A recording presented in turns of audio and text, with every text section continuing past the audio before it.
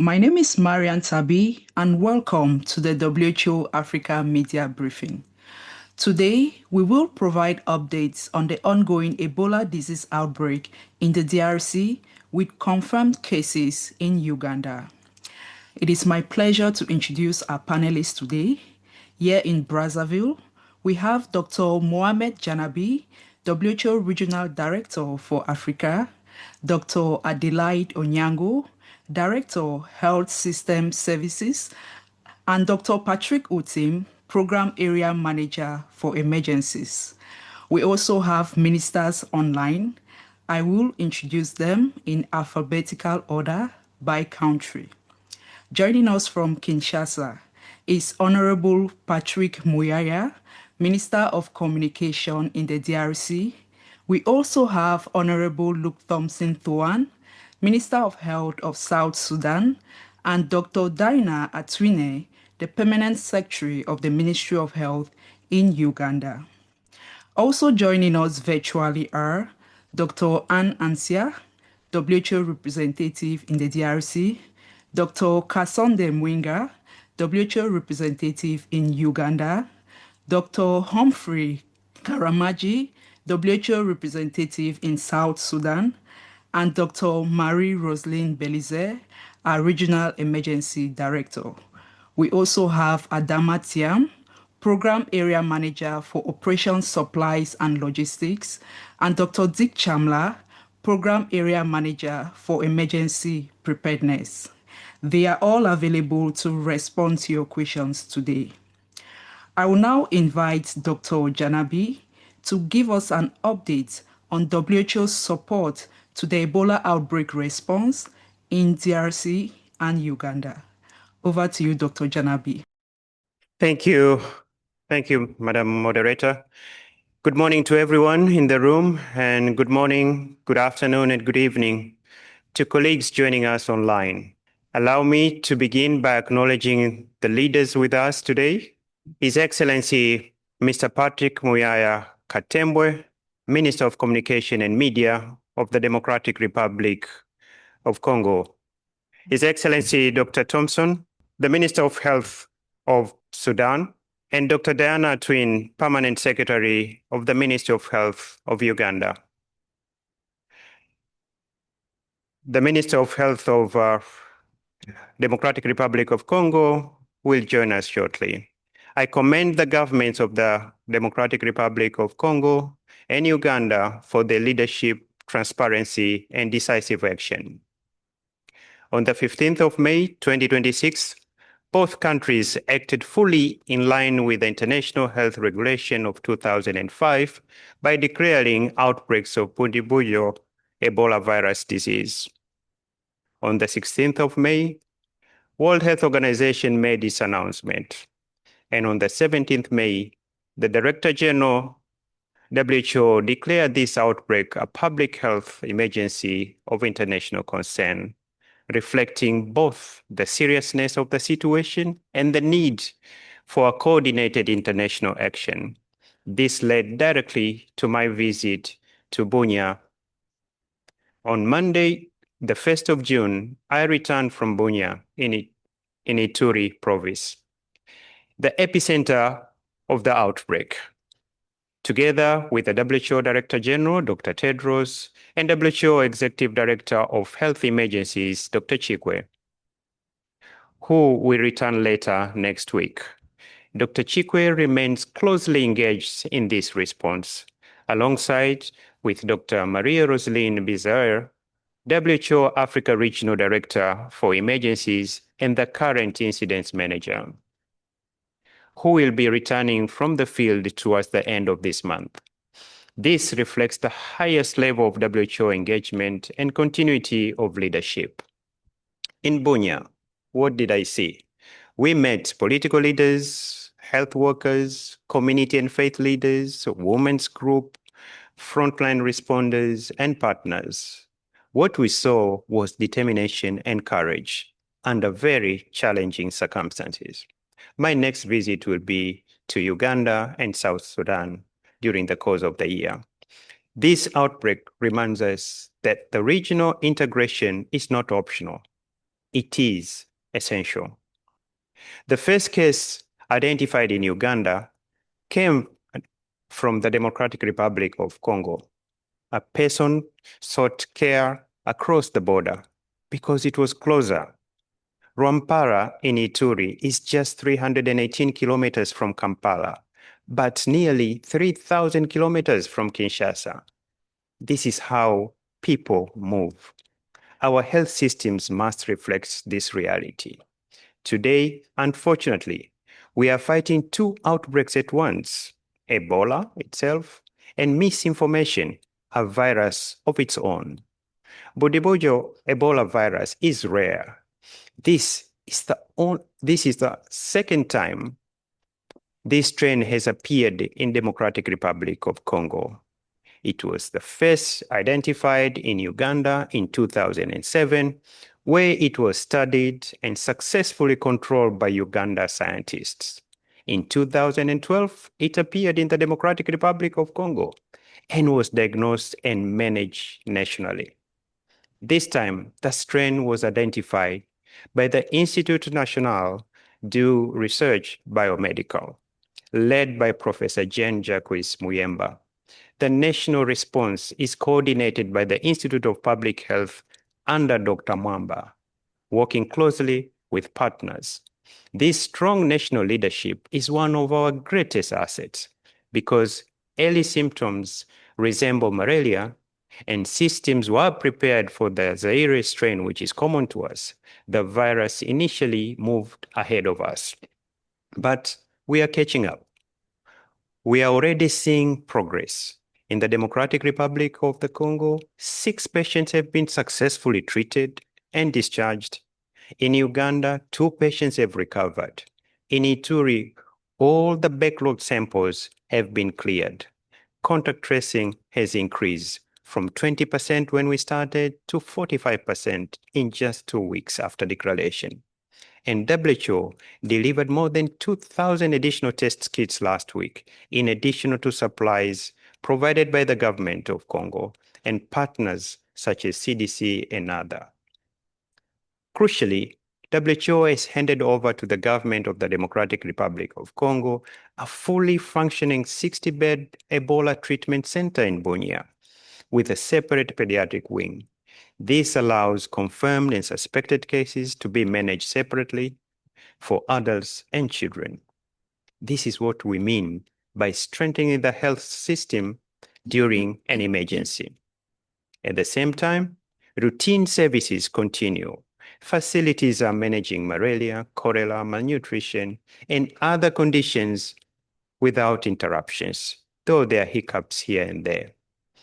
Outbreak response must never come at the expense of essential healthcare.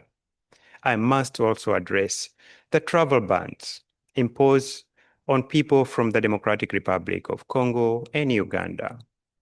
With full respect for countries' right to protect their citizens, let us be clear, Ebola is not an airborne disease.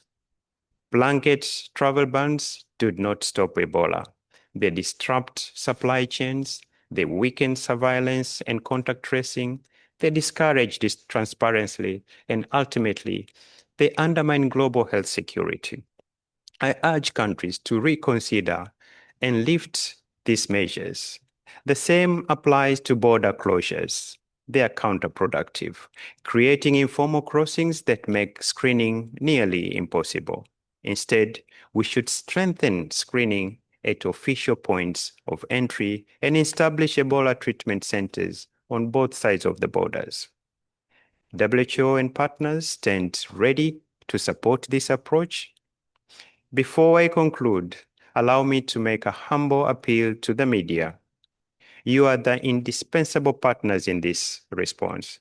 I kindly ask that information about Ebola should be shared accurately, responsibly, and from trusted sources, including ministries of health and WHO and other partners. Responsible reporting saves lives. Misinformation costs lives. For example, during these past 2 weeks, one day information was spread about the presence of Ebola in Kinshasa. It caused havoc, it caused fear. it ended up being a false alarm. And even if or when such a situation occurs, the government has 20-bed facilities to handle the situation in Kinshasa, and other centers are continuing to open.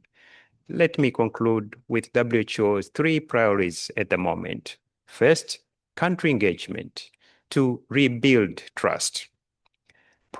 2, protection of the frontline health workers.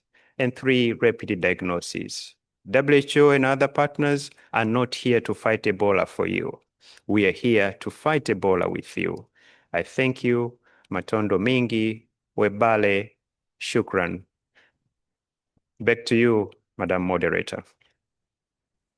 Thank you so much, Dr. Janabi, for those opening remarks. I will now call on Honorable Patrick Muyaya, Minister of Communication in the DRC, to give us an update on outbreak response to curb the spread of the virus and protect population. Over to you, Honorable Minister, sir. Thank you so much for hosting me in this very important talk about this outbreak. First, I think my colleague from Health will be joining in the coming minutes. He is quite busy with all those meetings we've been having since the beginning of this outbreak. I would like to say thank you to WHO for the important work they are doing closely with us on fighting this outbreak. And it was very good to have Dr. Tedros among all his team, and even Dr.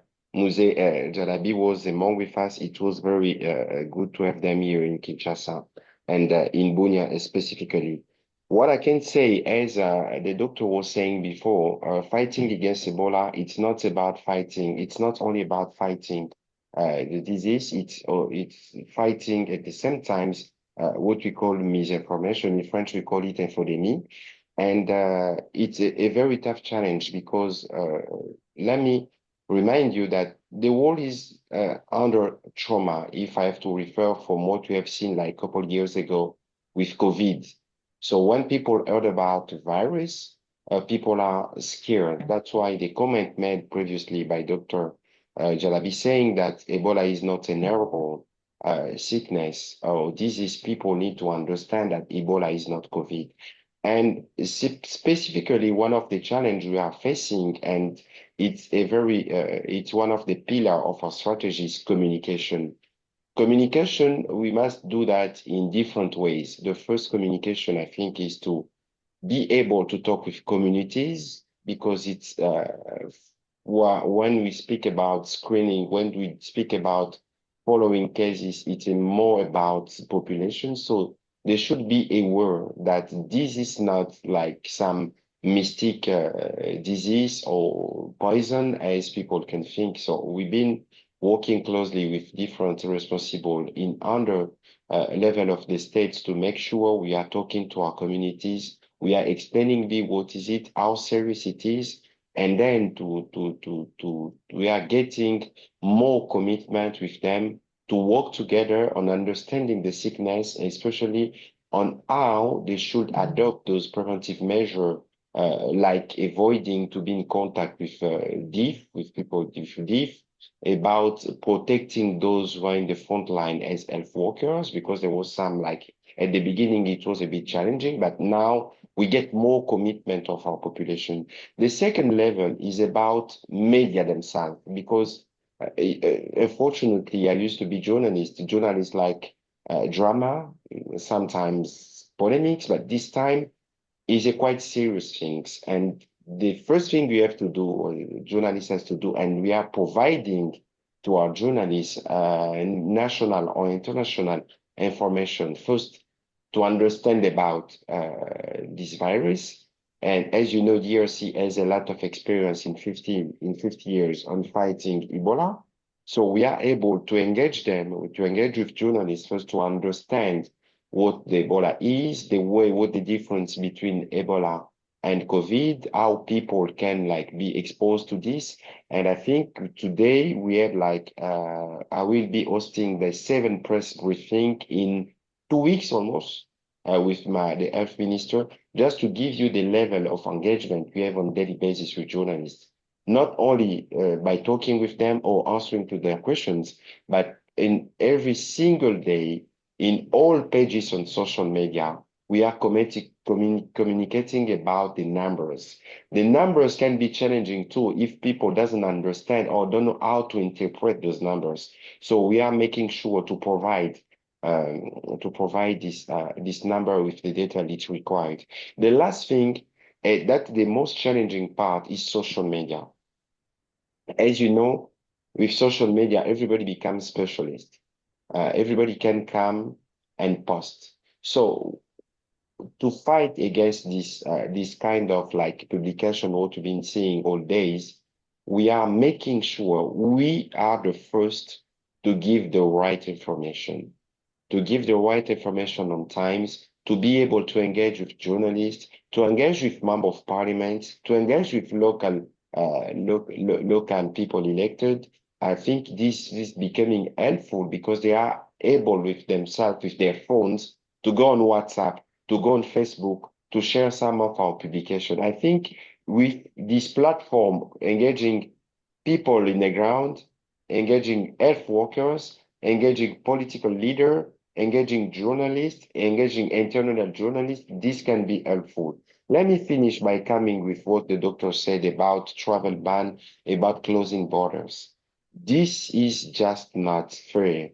And I think for a country like the US specifically, we are having a tough issues with Spanish authorities because they decide that the second game our national team should play in Marbella, they cannot play there because of Ebola.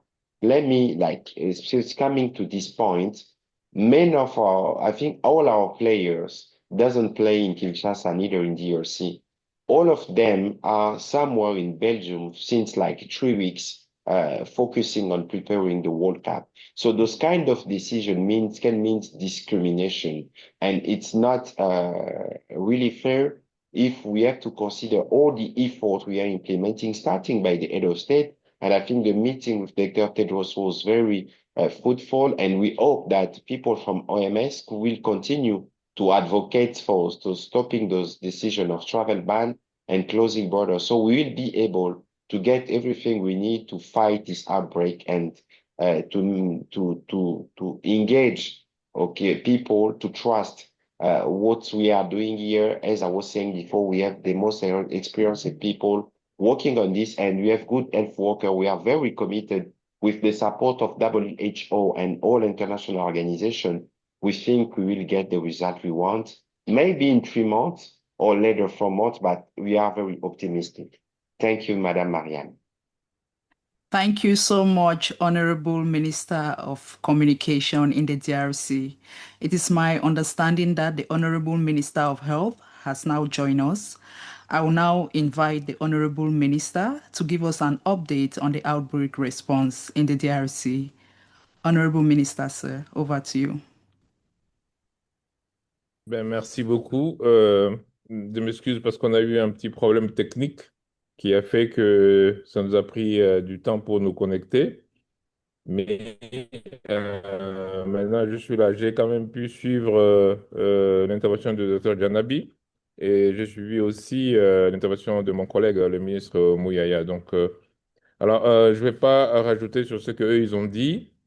Ce que moi, je peux déjà vous informer, c'est que par rapport à la riposte sur terrain, la chose la plus importante pour nous maintenant, c'est vraiment le diagnostic que nous faisons. Aujourd'hui, par exemple, depuis hier, par exemple, nous avons commencé à tester à Mongwalu.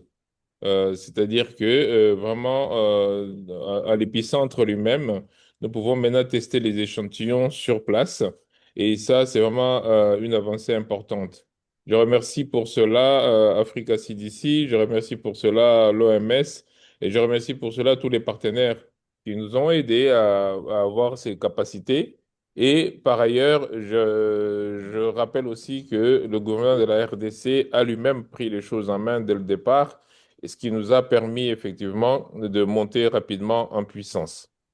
Je voudrais quand même, avant d'aller plus loin, redire encore la compassion par rapport aux familles qui sont touchées. Cette compassion, surtout pour les élèves, les enseignants, mais aussi toutes les familles qui ont été touchées. Cette compassion, je pense que c'est la chose la plus importante dans ces conditions pour ces familles. Mais je voudrais surtout aussi rappeler que nous avons perdu des prestataires de soins, des gens de qualité qui étaient en première ligne, pour lesquels effectivement nos efforts pour les protéger, notamment grâce à tous les équipements de protection individuelle, sont vraiment très, très importants. Et donc, pareil, pour cela aussi, je remercie tous les partenaires qui nous ont aidés. Alors, par rapport à l'épidémie, comme vous le savez, la chose la plus importante pour l'instant, c'est que nous avons décidé de, de donner maintenant les chiffres exacts, les chiffres réels, parce que nous avons la capacité donc de tester tout le monde. Et donc, du coup, nous donnons maintenant seulement les chiffres réels. Alors, les chiffres réels, c'est que nous sommes autour de 344 cas confirmés et nous sommes autour de 62 morts parmi les confirmés. Et nous avons actuellement un peu plus de 200 personnes dans nos centres de prise en charge, en isolement ou en traitement. Et très rapidement, nous sommes en train de nous assurer que les positifs sont certains et que les autres peuvent être séparés. Donc, nous remarquons effectivement la montée en puissance de la riposte et la structuration notamment du suivi des contacts. Comme l'a dit Dr. Janabi, quand on a commencé, c'était très faible, c'était même 9%, et on est déjà bien monté, même à Ituri. On est monté avec le chiffre de suivi des contacts, qui reste d'ailleurs le challenge le plus important, parce que retrouver les personnes qui se promènent dans une zone très dense avec plusieurs points de contact, on en a plus de 54, et c'est vraiment le challenge le plus important maintenant. Au niveau logistique, nous avons reçu énormément d'équipements. Je remercie à cette occasion le gouvernement indien qui, au travers d'Africa CDC, nous a doté aussi de beaucoup d'équipements. On avait déjà remercié le gouvernement égyptien aussi qui l'avait fait. Donc, de mon point de vue, pour l'instant, avec toute la direction de l'Institut national de santé publique qui est sur place à Bunia, avec toute la direction du COUSP qui est sur place à Ituri, mais aussi avec tout le laboratoire de l'INRB qui est déployé sur place. De mon point de vue, je crois que nous allons, en termes de riposte, avoir suffisamment de capacités pour répondre aux différents piliers de la riposte. Les piliers de surveillance qui est parmi les plus importants reste donc pour moi le plus grand défi. Alors par rapport à la prise en charge, je pense aussi que le fait que nous avons maintenant du sang sur place, cela va nous aider beaucoup à soutenir les patients. Et le fait que nous avons reçu aussi beaucoup de médicaments va aussi aider à soutenir les patients. Donc, de mon point de vue, il faudra qu'on se donne quelques jours encore pour rattraper le suivi des contacts. Et puis, je reviendrai quand même aussi sur cette question qui a été évoquée par tout le monde, c'est lui de la fermeture de frontières pour les Congolais. Donc, nous avons dit et redit plusieurs fois, on a eu 16 épidémies pendant lesquelles on n'a pas fermé de frontières. Nous sommes assez étonnés de voir que cette fois-ci, on le fait. Et nous avons eu 16 épidémies pendant lesquelles nous avons protégé le monde entier, parce que cette épidémie, nous la subissons nous aussi, parce que personne ne peut savoir qu'un animal va venir contaminer les gens. Nous la subissons aussi, nous, cette épidémie. Et c'est assez injuste donc qu'on ferme la frontière alors qu'on sait que c'est nous qui protégeons le monde. C'est bien beau de nous accueillir quand tout va bien, mais quand tout va mal, il faut pas venir fermer la frontière parce qu'en ce moment-là, nous, on sait que quand nous sommes dans les problèmes, eh ben, on nous isole. Et ce serait dommage que ce soit ça la règle internationale, parce que si encore il y avait un danger, je suis même d'ailleurs étonné de voir que les mêmes qui nous ferment les frontières sont les mêmes qui nous demandent d'ouvrir l'aéroport de Bunia pour que les gens circulent. Alors je me dis, mais c'est quoi la logique de nous dire à nous, non, non, non, laissez circuler les gens, mais à l'international, non, les Congolais ne doivent pas circuler. Donc, je crois que c'est un point important que toute la communauté internationale doit prendre en charge pour que nous puissions résoudre cette crise ensemble. Donc, je dirais, moi, que je suis plutôt, à cet instant, plutôt positif dans la riposte telle que nous sommes en train de la mener, et nous espérons qu'on va contenir ce virus le plus rapidement possible. Merci beaucoup. I will now turn to the Permanent Secretary of Uganda's Ministry of Health, Dr. Dinah Atwine, for an update on the country's response efforts. Over to you, Dr. Atwine.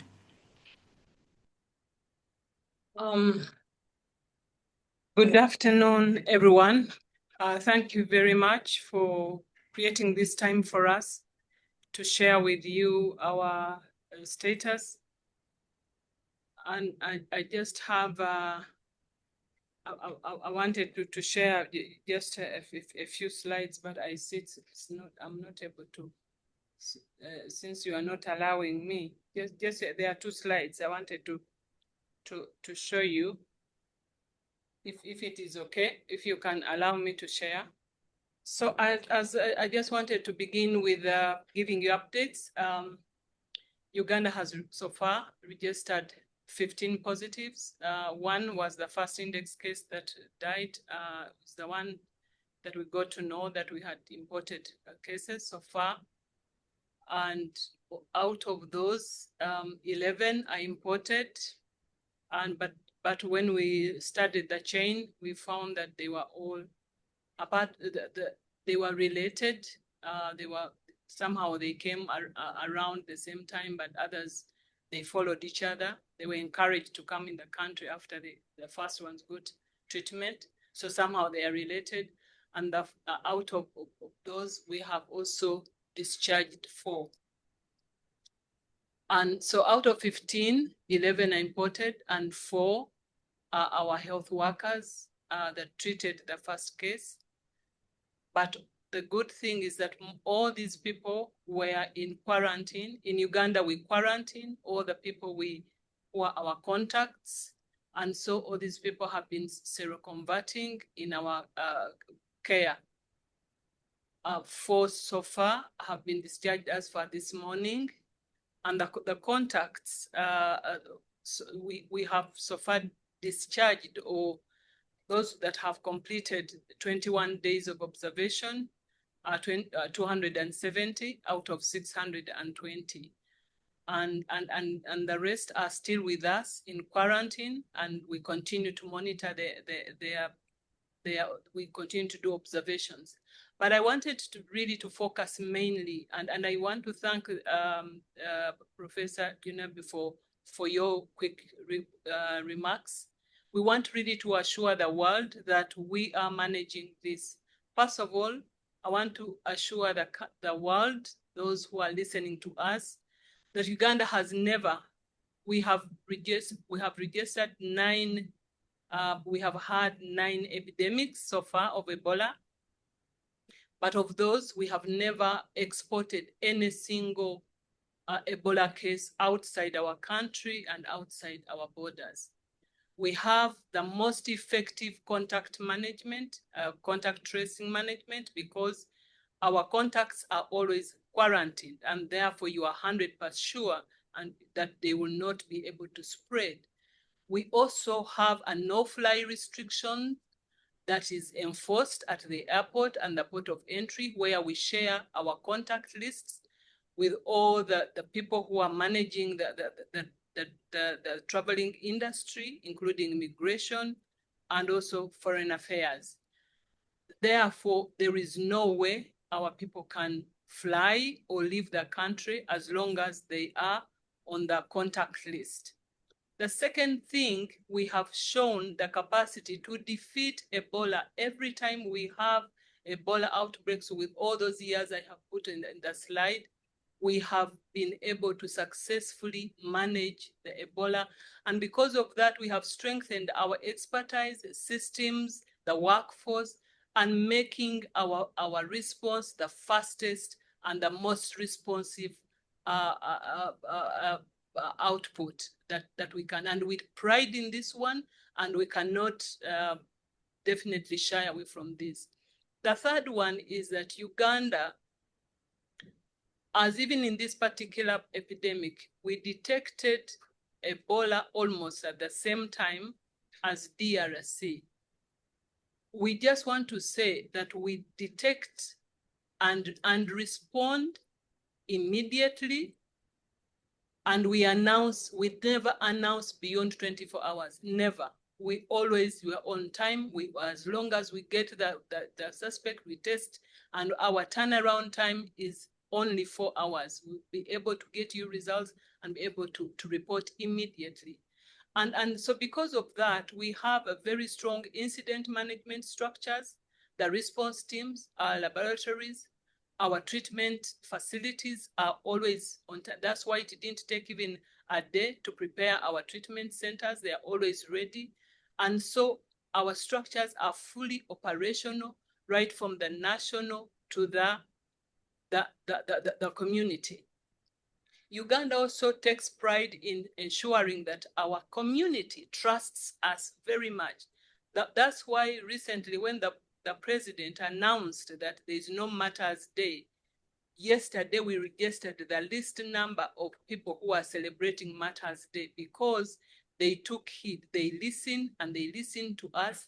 And whenever we mobilize the community, they listen and follow the instructions. And that has been our strength. And we continue to ride on this, even in this particular epidemic, because they are the source of information and they are the source of surveillance mechanism that help us, even at the porous borders, at our borders. They are the ones that actually give us this information, and we're able to pick some of these suspected cases and isolate them, and those that test positive, and we treat them. Uganda, we have capacity, and we have established emergency operating centers all over the country that we are able to get notifications.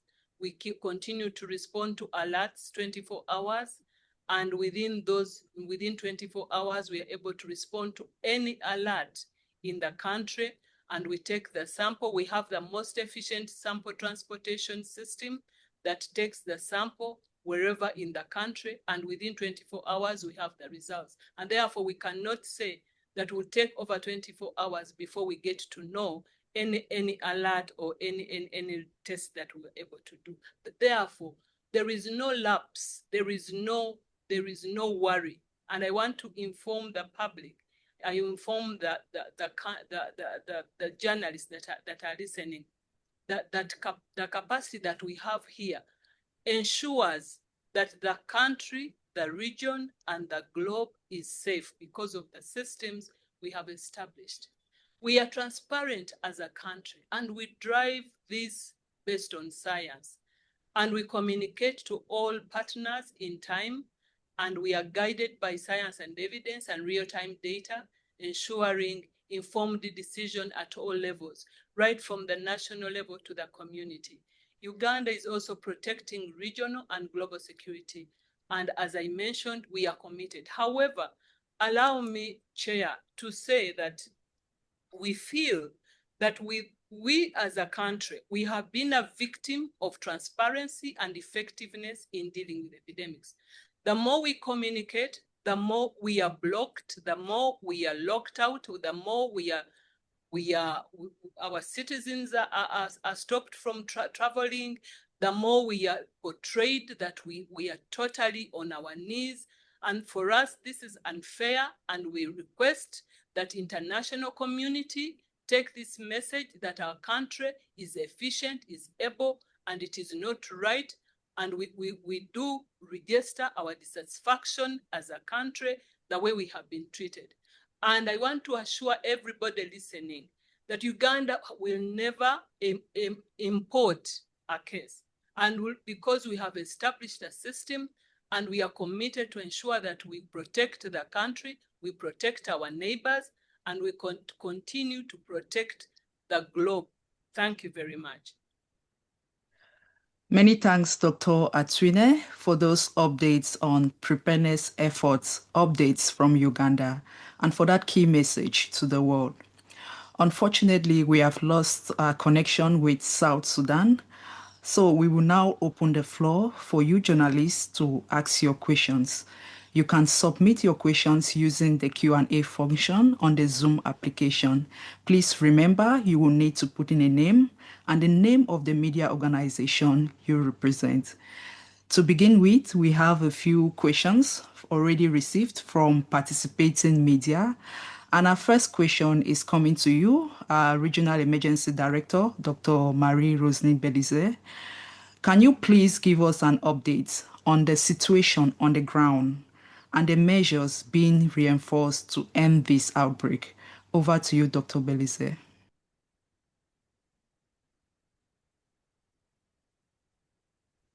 Thank you. Good afternoon, everyone. Thank you so much. I think we will listen to the Minister of Health of DRC, who give a very good update on the epidemiological situation. But however, I can give some information on what is ongoing on the ground in order to reinforce or to scale up the response to the outbreak. So far as the Minister of Health also mentioned, we already have a deployment of laboratory in Mongwalo. Mongwalo is on the third affected health zone. Dr. Belize, and yesterday, yes, please, can you hear me? just a second. Dr. Atrine, can you take down the presentation, please? Thank you so much.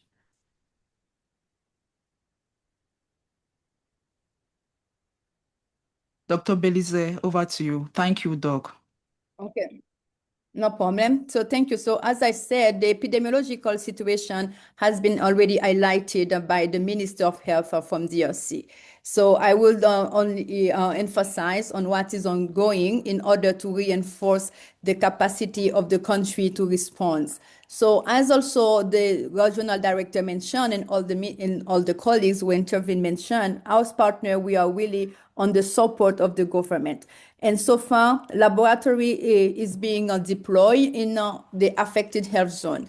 The country has put in place a zonal approach. What does it mean? The zonal approach means that the response will be totally decentralized.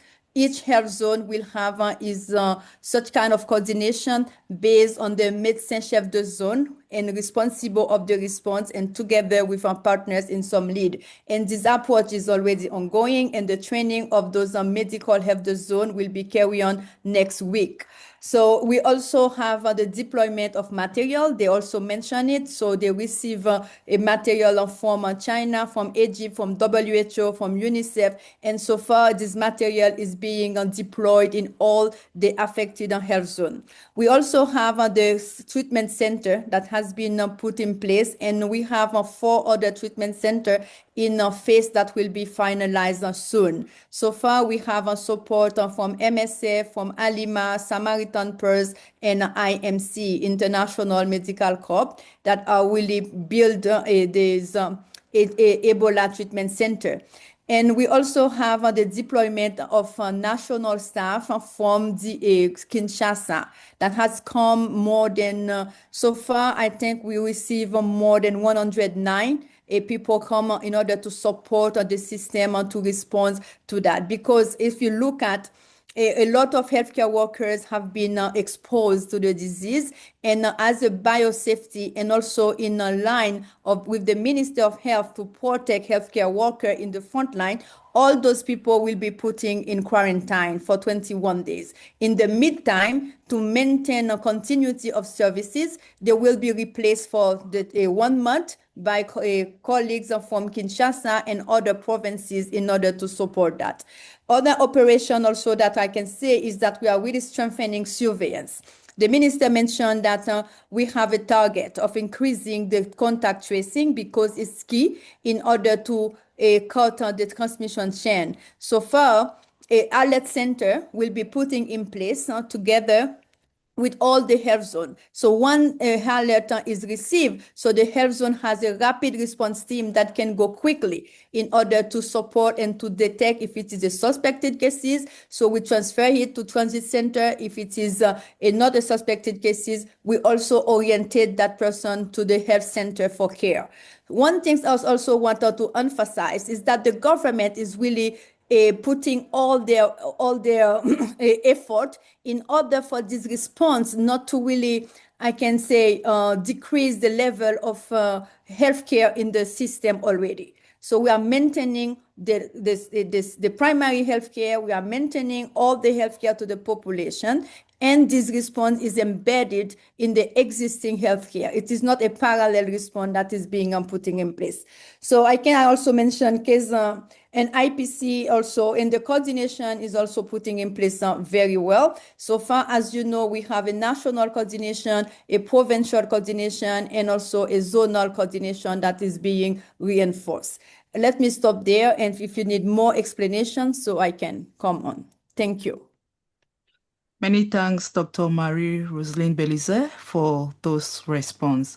It is my understanding that Paul Atebuju has a live question. Over to you, Paul.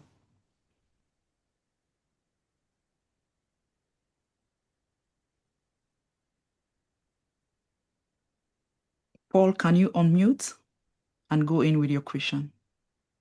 Yes, thank you for this opportunity. Thanks for taking my question and thanks for the explanation. So for Dr. Mohamed, I want to focus on bringing this development into the context of the pandemic agreement. We know the pandemic agreement has been presented as a step towards fairer access to vaccines, diagnostics, and therapeutics. In a Bundibugyo Ebola outbreak, when we don't have vaccine or treatment, what exactly would you think the agreement change in practical terms for affected countries, and what do you think it will still not be able to solve? And for DRC, we know from your perspective, I would like to know from your perspective what you would want the pandemic agreement to guarantee during an outbreak like this.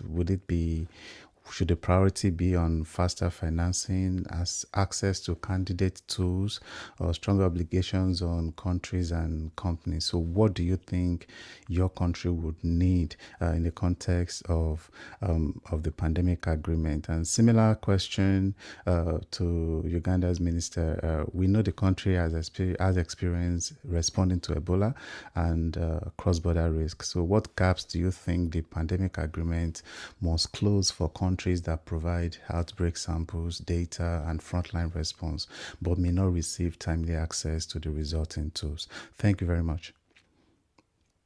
Thank you so much, Paul. We will begin with the response with Dr. Janabi. Then we'll move to the Minister of Health. Yeah, thank you. Thank you for the question about pandemic agreement, which sometimes we refer to as pandemic treaty, which was adopted by WHO on the 20th of May, 2025, following 3 years of negotiation initiated in 2021. So it's a legal binding international instrument aimed really in strengthening pandemic prevention, preparedness, and response through principles like equity, solidarity, and respect to national sovereignty. So just a soft reminder, this agreement addresses disease surveillance, including a One Health approach, health system resilience, and workforce protection, enhanced research and development cooperation, boosting the local production and technology transfer of diagnostic, therapeutics, and vaccines, equitable pathogens access, and benefit sharing, the PABs. Frameworks. So, and a global supply chain and logistic network and financing mechanism. So, I think the discussion was postponed, and I stand to be corrected, up to July this year.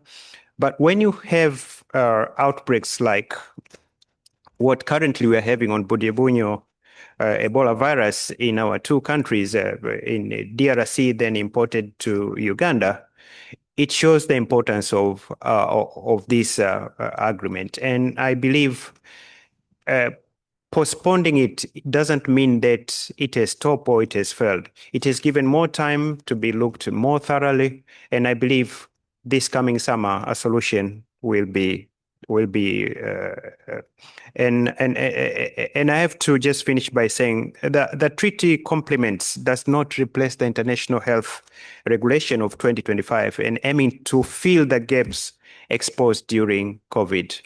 Thank you. Back to you, moderator. Thank you so much, Dr. Janabi.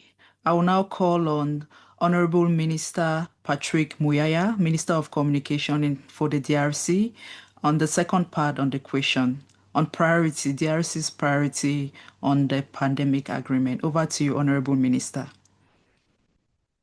I think if my colleague of ALP is there, he can be able to provide more detail on that because he's the one who's taking care of these questions. I don't know if he's still online. Il n'est pas là? So, I don't think so. What I can say, because I don't have all the details about the pandemic agreement, what I can say is that for the past 16 previous pandemic, Ebola outbreak, we were able to set up a vaccine and a treatment. The treatment is called Ebanga, I think is a product of Congolese expertise.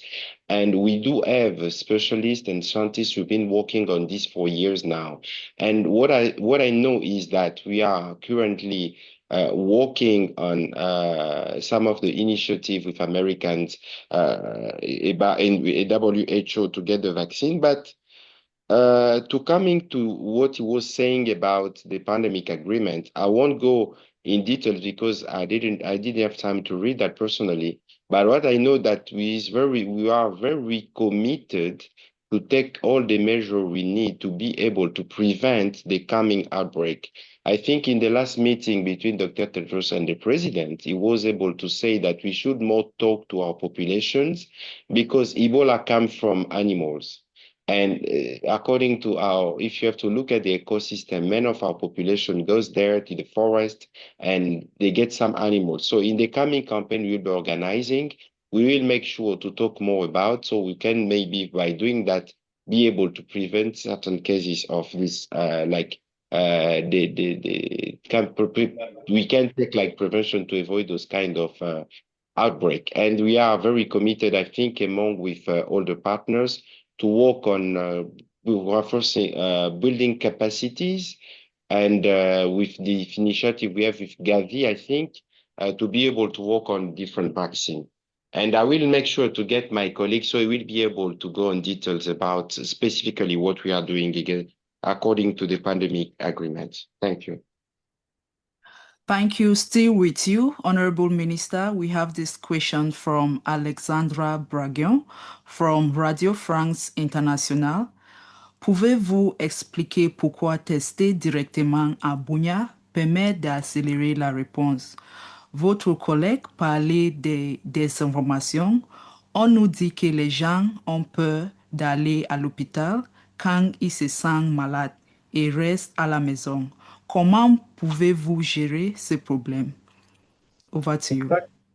Merci. Je crois que sur les deuxième volet de la question d'Alexandra, c'est une question cruciale. C'est pour ça que nous avons dit tout à l'heure, j'ai dit que la communication, elle commence par la communauté. Au début, lorsque la maladie a commencé, certains pensaient que c'était du poison. D'autres pensaient que c'était une maladie mystique. Donc, il y a eu déjà une difficulté dans la compréhension parce que quand on regardait les symptômes, ça ne ressemblait pas d'abord aux symptômes du virus que nous connaissons. Et donc, aujourd'hui, ce que nous faisons dans cet ordre-là, avec tous nos responsables sur place, c'est de faire une forte communication communautaire dans les langues locales en engageant les autorités traditionnelles, les autorités politiques. Il y a 48 heures, nous avions une réunion ici avec les députés nationaux, nous l'avions eu sur place avec les députés provinciaux, nous l'avons eu avec les organisations des femmes et des chefs religieux, et nous pensons que si nous combinons à la fois cette sensibilisation à la base et le renforcement de la riposte sur place, je pense que ceci peut commencer à changer progressivement la perception et la compréhension de maladie. Parce que cette maladie, d'après tous les spécialistes, et le docteur Tedros en parlait la dernière fois, s'il n'y a pas de prise en charge de la communauté, s'il n'y a pas une meilleure implication de la communauté, on aura du mal à la combattre totalement. Nous avons l'expérience du passé et je pense que dans les jours qui viennent, plus nous parlons, plus ils comprennent. Alors, sur la première question, le ministre de la Santé, les samedis, lorsque nous faisions la conférence de presse avec les docteurs Tedros, a dit qu'aujourd'hui, nous disposons des matériels dans nos laboratoires qui nous permettent de ne plus parler des cas suspects, mais de parler directement de cas que nous avons. Je crois qu'aujourd'hui, on est à 369.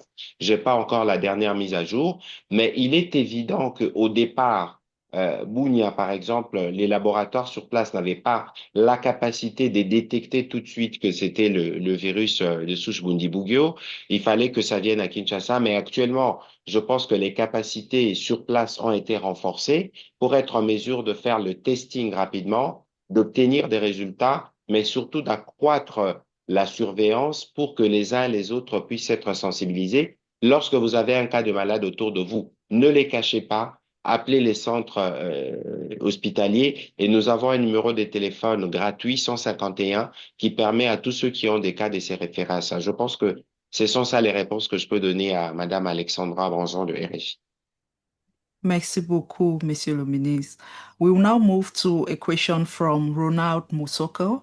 He is from the Independent magazine in Uganda, and this question is coming to you, Dr. Janabi.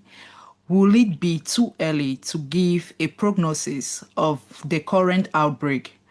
And are we able to say we can probably end this at the end of July or August?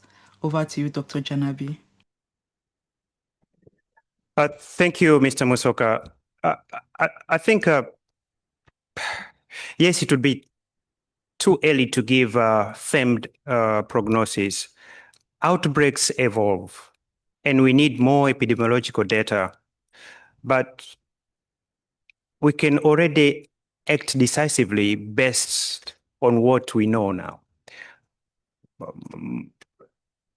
At this stage, it is too it's too early to give a very definitive prognosis.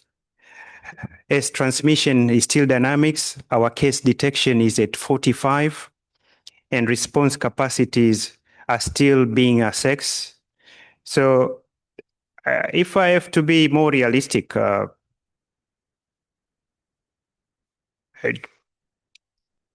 indicators allow us to guide response measures while continuing to refine our assessment.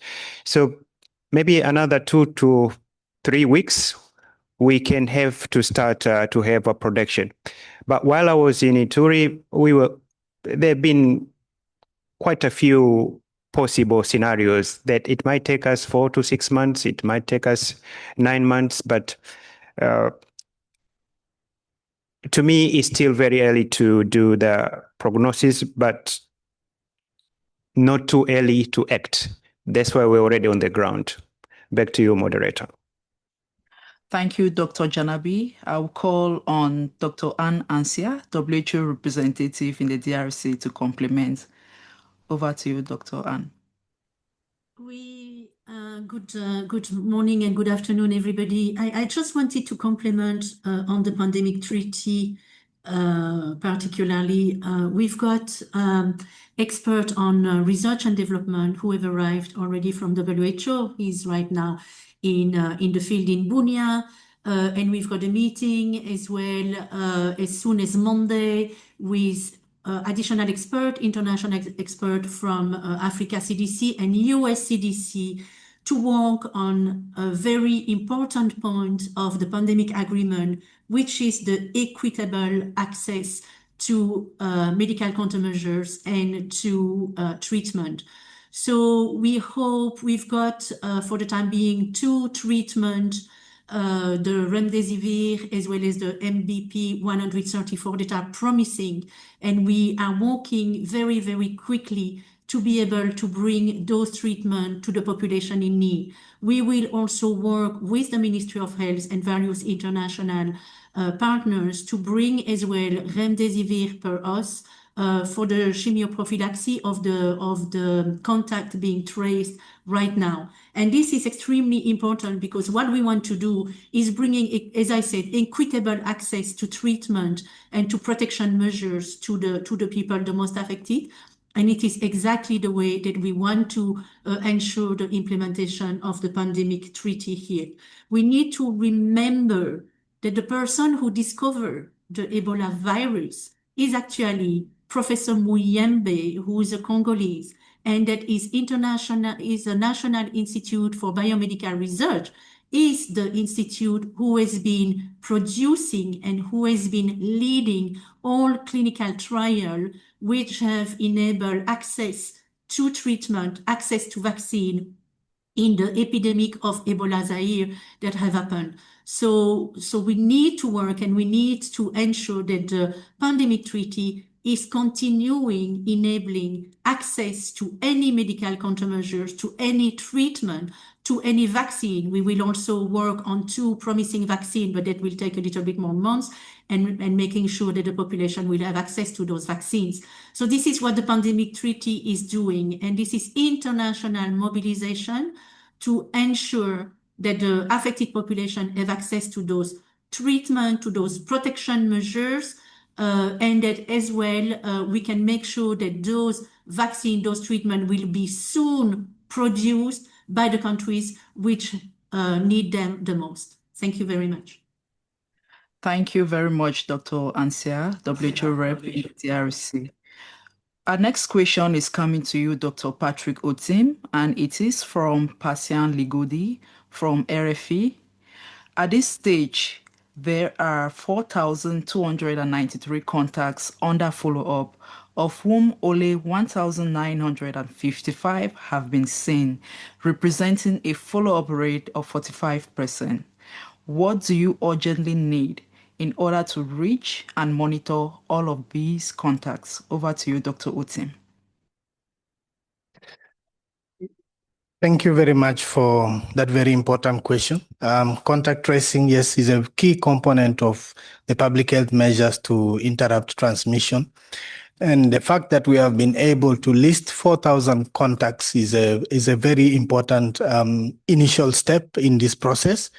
And now identifying contacts is the starting step. The next one is then monitoring them closely. Now, there are 3 critical things that we need to be able to do that. The first is security and access, because these people are, spread in different health areas. So the teams need to be able to access them wherever they are. So there's security and there's access is number 1. Number 2 is the community trust and participation, because contact tracing is one of the community-facing interventions in the Ebola response. And it's where most of the people interface directly with the community. They go every day to check on how they are doing, if they have any concerns, and they are the link. The contact tracers are the link between the community and the response. So that community trust and acceptance of the contact tracing teams is very critical. Then the last one, the third and last one, and then the facilitation that we need to do contact tracing. So you have the community healthcare workers drawn from the affected health zones who are known by the people, who are trusted, who can then do this follow-up. So they need to be equipped, they need to be facilitated. Sometimes they need bicycles, motorbikes to move, to follow all the different contacts that have been assigned to them. They need the protection, the basic minimum PPE that they need to be able to do contact tracing in the community.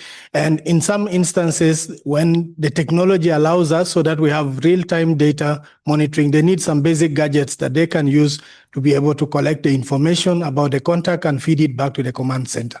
So I will really summarize that those 3 are very critical for us to be able to do that now. Thank you so much, Dr. Otim. I will call on Dr. Janabi to weigh in, and also on the previous query. Over to you, Dr. Janabi.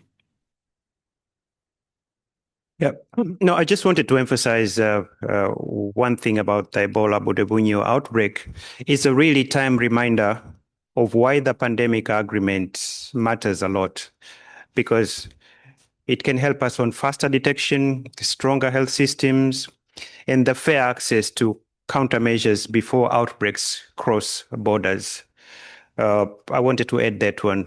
So I hope post-May, is it 2027, I think, the signing can be done with looking on the appendixes, which are really continue the discussion. Thank you. Back to you. Thank you so much, Dr. Janabi. Our next question is from Lucia Blanco from Spain's International News Agency. We have read news that the test results were taken up to 4 days to come back with results. Is that still happening? Can you update us on the current situation? Regarding, I have another question regarding the cases today. If you can talk about isolated cases. I will start with you, Dr. Marie-Roseline Belize, on this. Then our other panelists can complement. Over to you, Doc. Okay. Thank you for the question. So before I answer that one, I would like to say concretely what is already ongoing in order to strengthening the contact tracing. For example, yesterday we already trained 120 healthcare workers in the community. Those healthcare workers already received the motorcycle. So the government received 100 motorcycles given by UNICEF. So they are material, the people has already trained, and they are formed, as Patrick mentioned, they are formed the local community. So they are really at reach of those contact tracing that ongoing. So this is in one health zone, and it is the same exactly that is going on all the affected health zone. So now regarding the laboratory, I think we mentioned that the laboratory capacity has increased in the country. And so far we are having the suspect cases are not really waiting long. Maximum they wait is 24 hours. For example, yesterday, all the suspected cases we have in Mongwalu, they received the result the same day. So this is where we want to go, that all suspect cases, they should receive the result in less than 24 hours. And the laboratory is being deployed in the affected health zone in order to make that happen.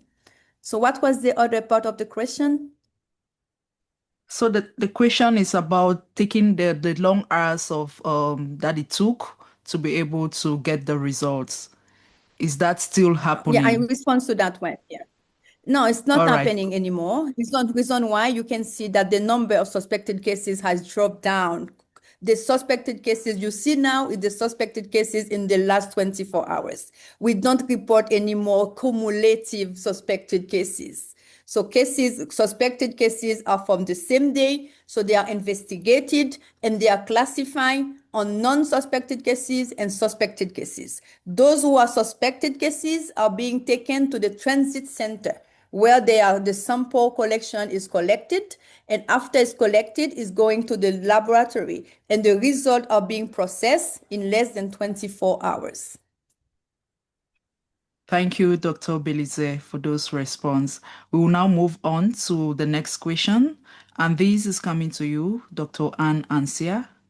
I note the drop in case numbers this week as testing allows. Testing allows better confirmation of cases. Has this changed on your projections on expected case numbers over the coming months? Over to you, Dr. Ansia, for this.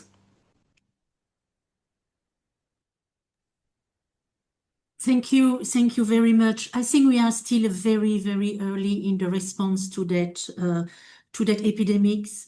We are also dealing with the virus Bundibugyo, which is less virulent than the subtype Zaire or the subtype Sudan.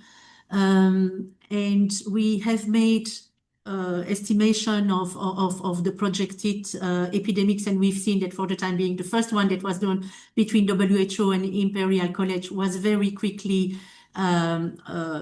dépassé, was really not accurate. So I do think that we need a little bit more time to be able to do exact projection. For the time being, we are using what WHO says, no regret policy. So we want to make sure that all resources are available on the ground in Bunia and in all health affected areas to make sure that we can respond to the people that are affected. We are looking at numbers, and actually what we have done right now with the availability of diagnostic is having better number of confirmed cases and unconfirmed deaths. The second thing that we still need to do is to continue to better understand the extent of the disease, because until we won't be able to have all suspected and confirmed cases isolated, until we are not able to make sure that all contacts are as well followed, so they are traced. If they are high risk, we will isolate them. If they are lower risk, we will follow them in their home. Until we don't have, therefore, the capacities and the capability to say we have all those contacts under control, I think that it is very, very early to be able to do a very accurate forecast of the disease. We know that this will gonna take a few months. I think that the Minister of Communication and the Minister of Health said it. I think Professor Janabi, Dr. Janabi said it as well. But it would be, I think, pretentious to be able to, at this stage, giving a very accurate and exact and evidence-based projection of the outbreak. Thank you very much. Thank you, Dr. Anne Ansia. It is my understanding that Dr. Janabi wants to weigh in on the test results taking up time and if that is still happening. Over to you, Dr. Janabi. No, thank you. I think my colleagues have touched. So I just wanted to, now we have enough test kits, as I said earlier in my remarks, on top of what the government has supplied, other agencies have supplied. We supplied over 2,000 test kits last week when I was still there. They landed. But let me elaborate to the media and the community in general. In the initial stages, when you have backlog of samples, what it means, I'll give a very simple example. Let's say today you have collected 40 samples and you still have the backlog of yesterday of 100 samples. It means now you are dealing with 140. So when we give the results the next day, the numbers will be high. It doesn't mean the condition is getting worse. It's just that the backlog was huge. And that's why now when the labs are functioning, the reagents are there, the test kits are there, our number of case finding and tracing is going up.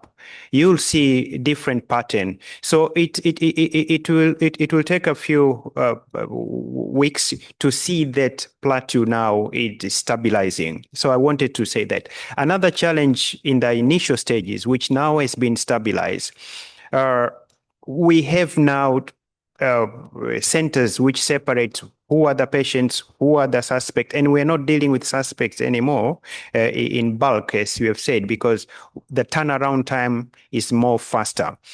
There was a little bit challenge in the beginning of food. Now with colleagues from WFP, those suspected, those diagnosed, those still managed in the hospital, food is given free. And what I saw there, it's amazing because they've taken the food vendors, they are preparing the food which the local people of Ituri eat every day. So it has engaged the community in preparing the food, and through partnership with WFP, as I said earlier, we supply the food to the relatives, we supply the food to the patient, we supply the food to those few who are still suspects and waiting for their results. So even that, and now the next stage which we are going to go is who is very sick, who are moderate or mildly sick.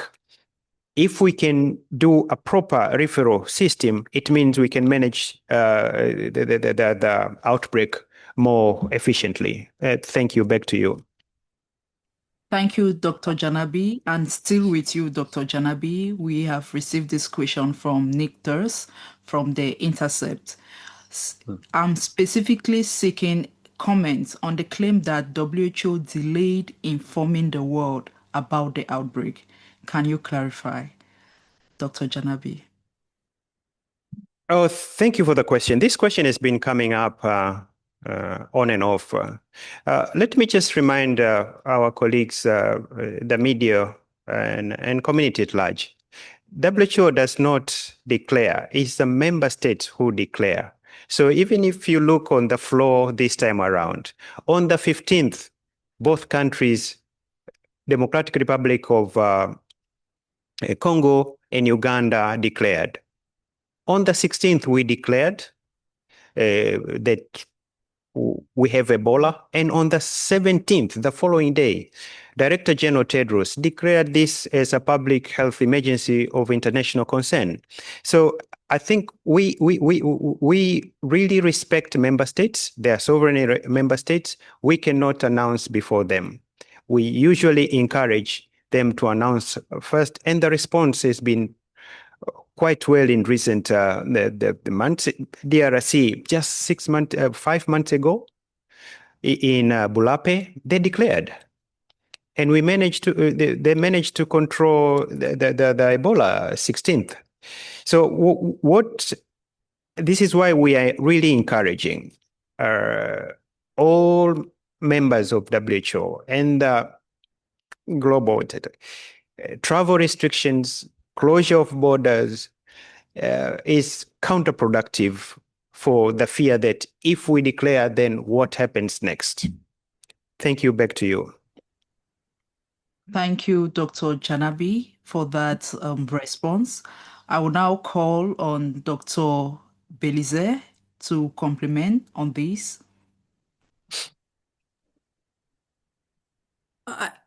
Thank you. But I believe that the regional director mentioned it clearly.